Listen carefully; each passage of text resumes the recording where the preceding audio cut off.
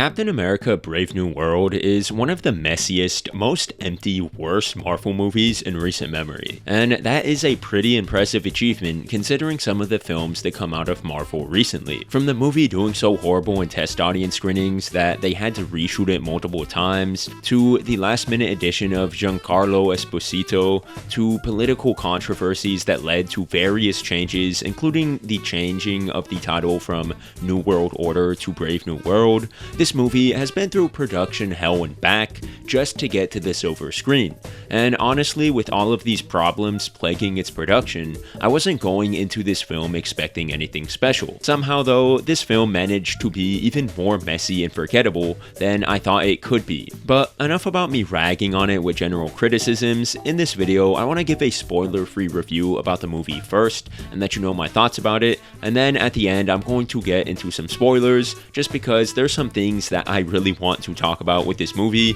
and yeah, they're all negative. So stick around to that part of the video if you want to hear me vent about that. I'm going to start with some of the positives here. One thing that I can say for this movie is that there were some cool action sequences. Like, there's this one action set piece towards the end of the movie where there's this air battle, and I liked the idea of it, but it just doesn't come together as well as it could have due to the rest of the movie. This might be kind of a hot take, but I actually liked the idea of making General Ross more sympathetic. There are some elements of Ross's character in this movie that humanize him a lot more than we've seen in the past, and I think some of the stuff that they were cooking up with Ross could have worked. But again, it feels like a jarring, unreasonable shift in Ross that doesn't really make a lot of sense, because they don't really flesh out why he is all of a sudden different now. Like, sure, they mention some of the reasons through dialogue, but you can't just change a character this drastically between entries in your cinematic universe, and then only explain that through dialogue and not show any of the compelling reasons for that change. So it could have worked, but his new humanized character doesn't really work because they didn't properly establish it. Lastly, I thought that the villain they had could have worked. I liked the villain's demeanor, his screen presence was alright, and he was a unique and potent threat because of his powers. But not only did he just not look that good visually, but his motivations are also riddled with plot holes that I will get into later in the spoiler part of the review. Wow. Even in the positives I have for this movie, I'm still talking about what it did wrong. Not even joking, I really don't think I have any more praises for this movie. Oh well, time to talk about the negatives. So, as you could probably imagine, stitching together multiple versions of a movie due to extensive reshoots is probably going to cause some jarring tone shifts, plot discrepancies, and a confusing jumbled narrative. And that's exactly what Brave New World offers to its viewers. The movie honestly doesn't even feel like a Marvel movie at some times, more so like a few episodes of a lame Marvel TV show that got repurposed and retooled into a weak film. There were actually times where it felt more like it was some kind of high-budget fan project than an actual legitimate MCU movie. Nothing in this film, aside from a few moments with Ross, feel like they have any weight to them at all, and that's not to say that nothing of significance happens in the movie. The US almost goes to war with another nation, characters almost die, Falcon questions his right to bear the mantle of Captain America, but none of that stuff actually ends up holding any weight. It's all empty, weightless visual stimulation. The movie is so concerned with tying up contradictory themes and plot points from different versions of scripts between reshoots that it doesn't properly establish a core underneath the surface. This film is hollow. There's no real reason to care about anything, and I think another part of why it falls so short in the story department is because of the extremely forced political messaging that felt unnatural and distracting. Not really a spoiler, but Sam and Ross are sort of on different sides of the political aisle, but the movie, almost in the fashion you would see from like a Disney Channel show, shoves the "we all have to work together" message in your face. And while, yes, I can get behind that message, and I think it's certainly a valuable theme to include in your movie, especially now, I feel that this movie's social message preaching comes at the expense of the film rather than strengthening the film. It's the same issue we've had with a lot of recent Marvel movies. The blatant, overt political pandering weakens the story, changes the characters in unreasonable ways, and annoys some fans. And while this movie's political message message is different than most of Marvel's recent catalog, its overt nature still distracts from and weakens the film overall. The effects in this movie range from subpar to laughably bad at times, so honestly, not really too different from most Marvel movies in recent years.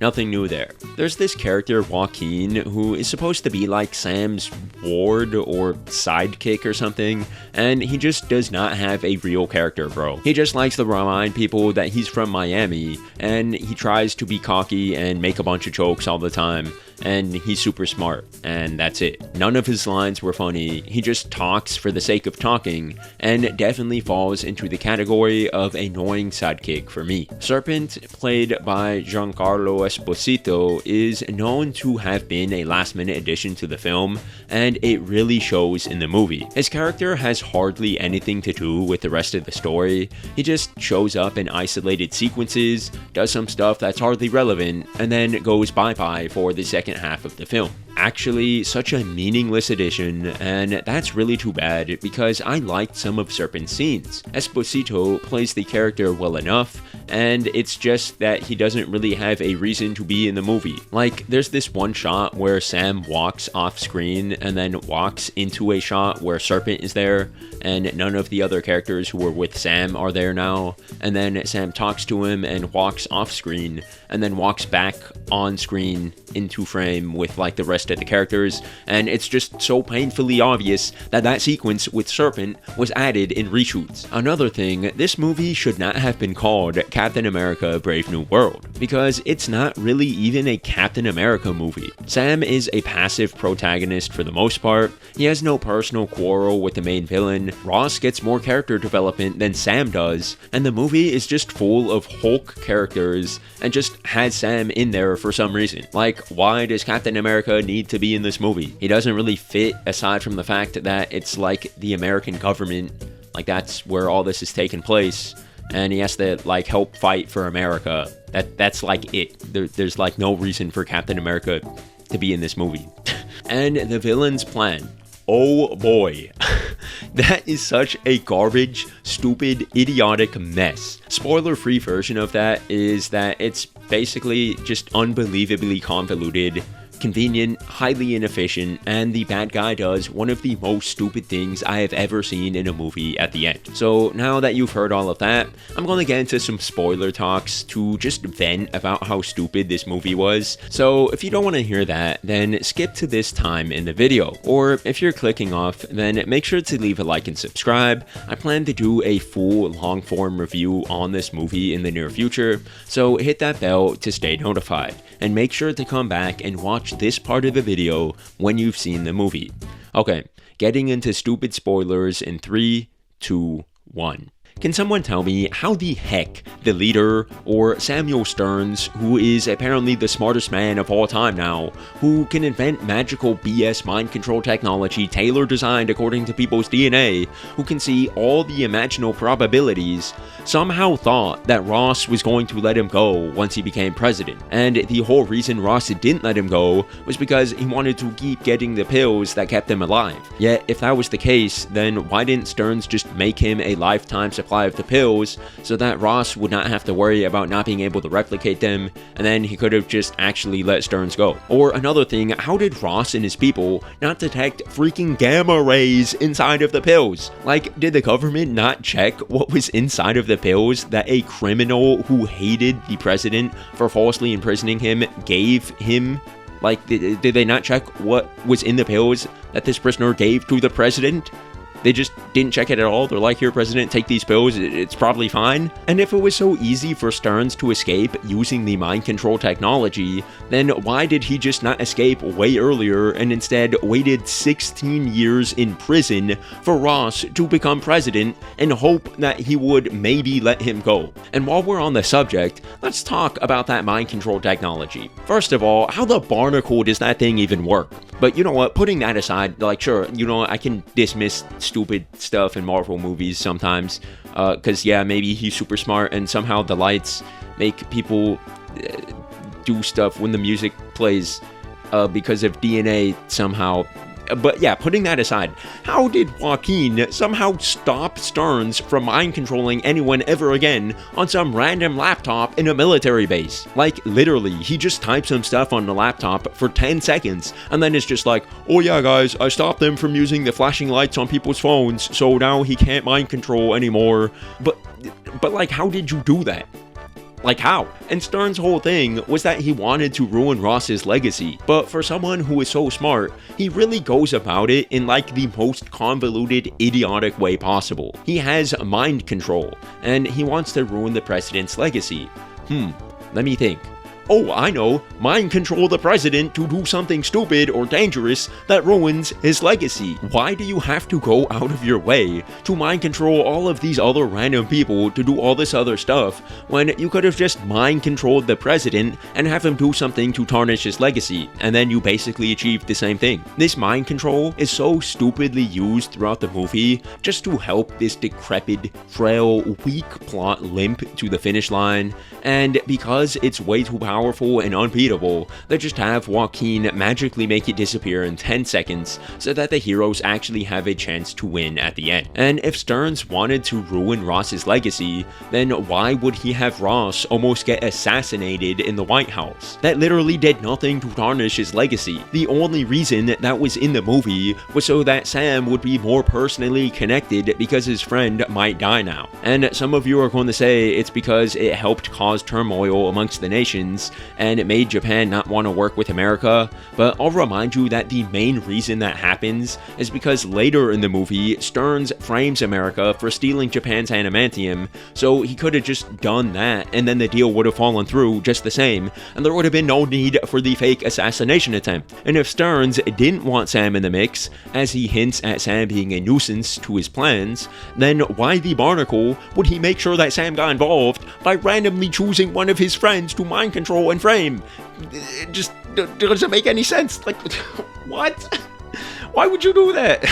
And this one might be the dumbest one of them all. Why would Stearns turn himself in at the end of the movie? Why? He had just spent 16 years in prison. His whole goal was to escape and get revenge on Ross. He gets out, and then with no reasonable motivation, just randomly shows up in front of Sam, and it's like, oh, alright Sam, I'm gonna get my revenge, but you can like arrest me now. Like, he just lets himself get caught. What? Why did he need to do that in order for his plan to work? Ross could have just turned into the Red Hulk, like he would have turned into the Red Hulk just fine if Stearns just leaked the info of his arrest to the press and then played the recording of their phone call on the speakers. There was no reason to let himself be caught. That was like in no way, shape, or form a necessary part of his plan. It's actually just because the writers made him way too OP with his ability to see all the probabilities or whatever, and then the movie was almost over and they needed to come up with a quick way for him to not be a loose end so the status quo isn't changed too much, so they just made him randomly need to turn himself in for some reason so that his plan could work. Even though, like, that's not a necessary part of the plan. It could have worked just fine if he never turned himself in. It just doesn't make any sense. Unbelievably stupid, bro. And that's it. I've just ranted about stupid plot holes for a couple of minutes, and there are a lot more in the movie, but these were just some of the most egregious ones to me, and I'll say, at the very least, I enjoyed this movie more than The Eternals or The Marvels, so at least it's not the worst MCU film ever. But it's pretty darn close. Watch it if you want to, I don't really care. And if you like this video, then please consider leaving a like and subscribing. I've got a big video in the works right now that should hopefully be out soon, so stay tuned and I'll catch you all on the next one. Have a great day.